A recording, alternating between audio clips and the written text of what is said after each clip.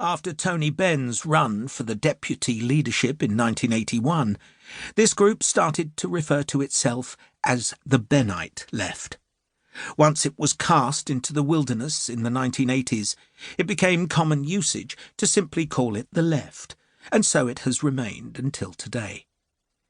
This book seeks to chronicle the history of the Labour Party since the late 1970s.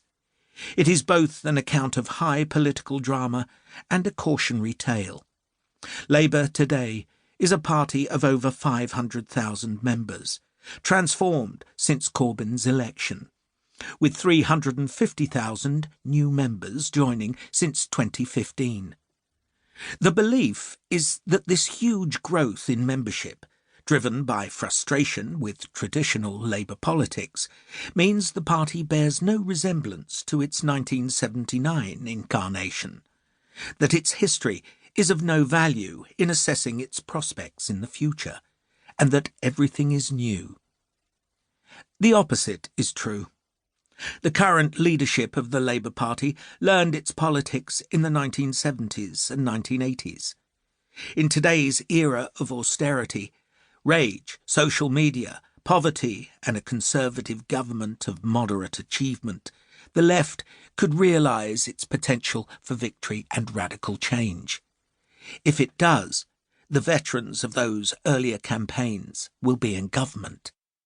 In 1973, this all seemed impossible. The New Left's long march may have started as a general protest against the Labour leadership, but it led to the realisation that power could be won boringly by using the arcane nature of the Labour Party rulebook to force a radical new idea. That policy could be made not just by the parliamentary leadership, but by its activist membership through what it termed Labour Party democracy. The rise of the New Left was founded on an attack on the previous 80 years of deference paid to the leadership of the party. It fought to ensure that the traditional bastions of authority, writing the manifesto, securing the election of members of Parliament and the selection of the leader, should all be driven by the membership of the party outside Parliament. This was not just political theory. It was about power. It was rooted in the view that the more power was held by activist grassroots, the more the Labour Party would move to the left. The more power could be devolved, the more the left could influence events. Why were these objectives so important, and why have they lasted so long? In its search for power, the left could not depend on the party leadership to support it. The plan had always been to take power from within the party structure and use it to drive policy, usually against the party leader's wishes.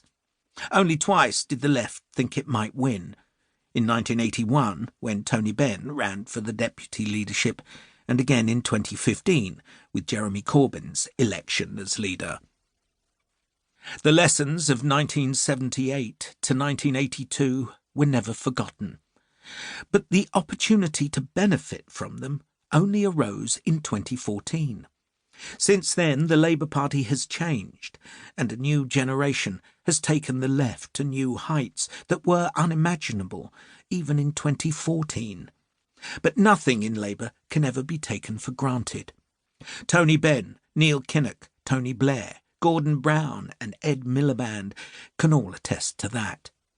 This is a political party that may see power again, with a most unlikely group of activists from the 1970s becoming the fourth generation to win power since 1945. If so, the 40-year battle for the Labour Party will have been won conclusively, and protest turned into power. 1981 interviewees: Vladimir Dira, Roy Grantham, Andy Harris, Roy Hattersley, John Landsman, Ken Livingstone, Claire Lloyd-Jones, Francis Morell, Chris Mullin, Giles Radis, Bill Rogers, Laurie Sapper, Nigel To keep listening to this audiobook, I've left you a link in the description so you can do it at no cost thanks to Audible's 30-day free trial.